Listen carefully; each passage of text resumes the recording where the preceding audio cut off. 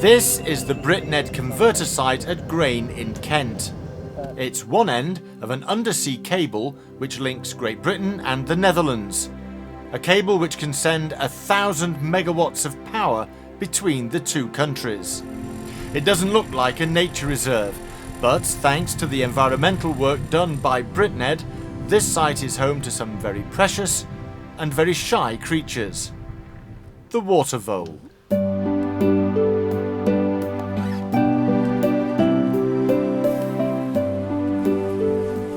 When BritNed started work on their site, they found watervoles living in a drainage ditch. Sadly, that drainage ditch ran right through the middle of where they wanted to build. So, with the help of special environmental experts, they managed to capture 19 watervoles, and off they went to live in a special reserve. Meanwhile, building at the site went on and on. And soon the drainage ditch where the watervoles used to live looked like this. But BritNed had dug the watervoles a new home. A 500-metre new ditch going all the way round the site. A ditch which kept the water flowing from one side of the site to the other, and one which also gave the watervoles a new and a bigger home. It was time to bring them back.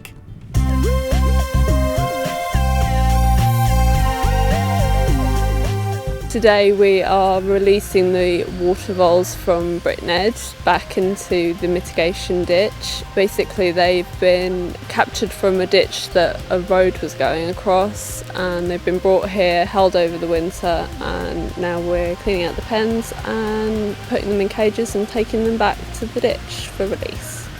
Any construction site is obliged to survey for the watervoles. If they're found, they're then removed from the site and brought to us an area like this if it's going to be for any length of time that their habitat will be destructed.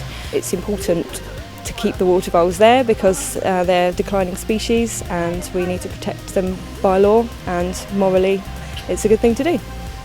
BritNed have provided new habitat on the Isle of Grain for watervoles in the form of a mitigation ditch for the release of these captive voles. Plus also it will provide additional habitat for wild voles to expand the population.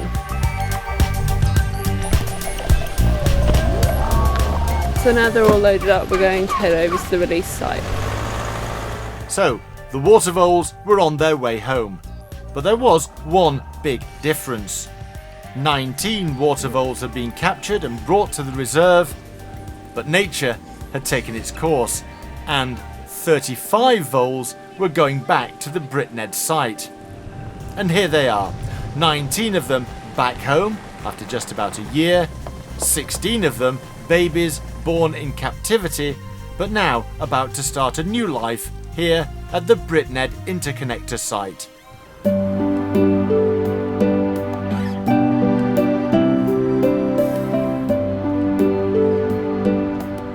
August last year we captured 19 voles. From there we took them to holiday camp, approximately 50 miles from here. They've been there for a whole year, been looked after, and today is the day they return, and I'm very glad to say we're returning 33 after a very successful breeding programme.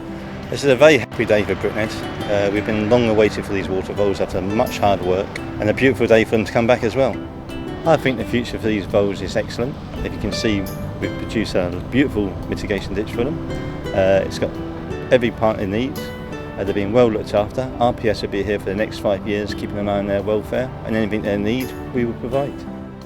So, a successful outcome showing how sensitive environmental awareness can allow a major construction project like the BritNed interconnector to go ahead while still allowing nature to live safely side by side.